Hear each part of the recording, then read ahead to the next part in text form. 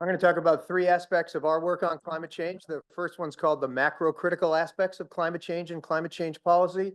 In your upper left is a sort of pathway depiction that we published in Climate Policy of the three different ways that climate change and climate change policy can affect the macro economy.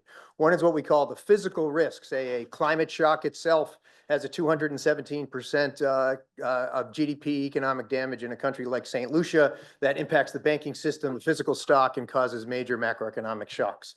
But climate change policy, even the best climate change policy, can have macroeconomic implications. Say South Africa shifts from a coal-based electricity economy to a clean energy economy, which it needs to, can have huge impacts on employment in the banking sector.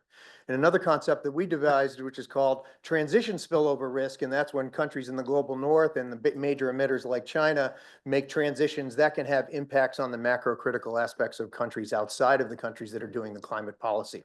In your bottom left is a paper that we have that shows that those countries that are the most climate vulnerable are the most apt to go to the International Monetary Fund for emergency financing for financial crises and stay in one, which is bad for their economies. On the bottom right-hand corner of what you have here is a series of models that we did on when countries in the global north do net zero policies, what the fiscal impacts of that is on the hydrocarbon producers in South America.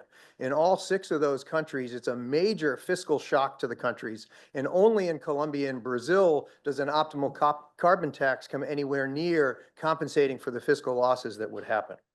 The second aspect that we work on is on trade and climate change. And we just created a new database on low carbon trade in the world economy that we submitted to Science 2 weeks ago. On the upper left, you can see that just about all, the dark blue here is that just about all of the low carbon technologies that are produced and exported in the world come from China and Europe, and almost all the ones that are consumed come from North America. All those areas are the white of the countries that actually need these technologies, perhaps more than the others. But on the right-hand side, that shows that almost all of those countries are in such debt distress that they can't afford importing those technologies, let alone making them themselves in their own countries, which would be better for their economies.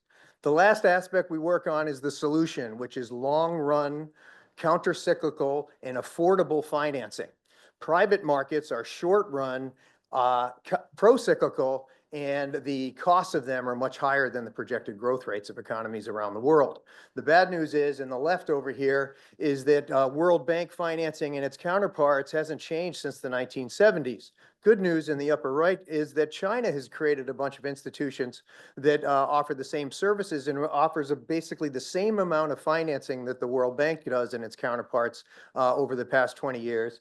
And in the bottom right, it shows in the red there that China has financed more power plants around the world than the World Bank and all its counterparts. That's the good news. The bad news is the majority of those were coal plants or hydroelectric power plants in highly densely forested areas.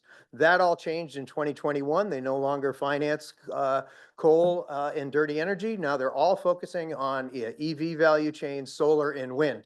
As controversial and as scary as that may sound, come January 20th, China may be our only hope.